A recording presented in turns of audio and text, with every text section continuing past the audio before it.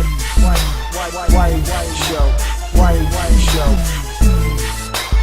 Whity show. Whity show.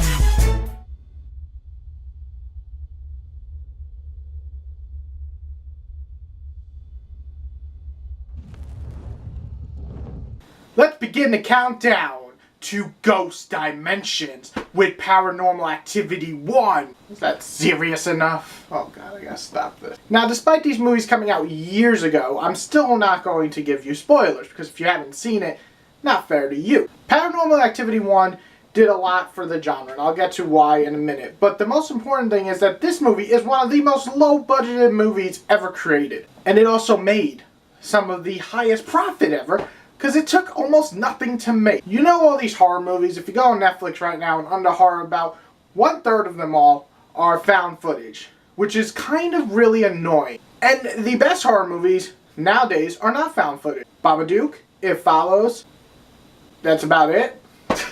With Paranormal Activity, I thought it did something special. So the story is Katie and Mika. These are the two that are really the only people in the whole story that are important. There's some priest guy who gives a shit. You know, the priest ain't gonna do nothing. And this house is haunted, or at least you think so. There's some revelations as the story goes on that I won't get into, but the idea of the whole story is that they are using a camera to try to capture a demon on camera, or a ghost. That's not a spoiler, it could be either one.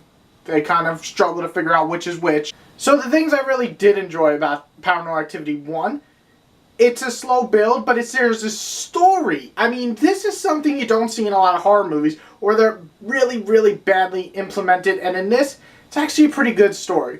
These characters are kind of realistic. They are everyday people. You know, Katie's not super skinny model. Mika's not just a hero. He's just a really annoying douchebag. But overall, these are realistic people with a decent story that you can actually believe slightly. Mattering if you believe in ghosts and demons. I also really liked the fact that now we have a million found footage movies, and I know Blair Witch is really kind of the start of it, but this kind of propelled the genre and made it what it is today. And I thought it did a pretty good job. There wasn't too much shaky cam. Everything really worked. You saw everything. And they used effects, practical effects, and mostly door slamming and stuff like that pretty well. I mean, there wasn't much CGI, and I don't even think there was any. And the ending was actually not fairy tale happy horror ending. It was actually pretty good. On the flip side, the bad. Mika, the boyfriend, the other main character of this, is annoying. He's like that dude, bro, that you just want to punch in the face when you see him. You know, that guy. And then you got Katie, who is like kind of more like the audience, like sees this stuff and is like, this is a bad idea. Let's not get out of this house with this fucking demon who's fucking with us. You know, just the stupidity of horror movie people in general. I just don't know how. Now I know why they die.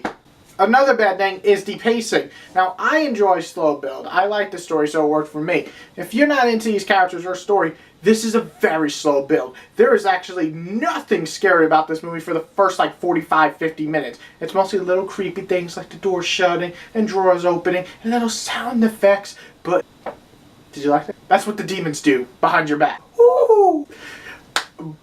I can just imagine, like, Satan behind you. Ooh, it's you, boy! Being that it's a slow build, this movie isn't for everybody. It's not focused on just a lot of jump scares. It's focused on jump scares throughout, spread out between the story. And if you don't like the story or the characters, this movie's going to be a big old fail for you. What did I think of Paranormal Activity 1? I'm going to go with a solid 2.5 out of 5. It's right down the middle. It's a good horror movie that was kind of learning where it wanted to be. I think it did a lot of good for the horror genre. I know a lot of horror fans are going to be like, you're crazy, it did found footage and it exploded and I hate it and rah!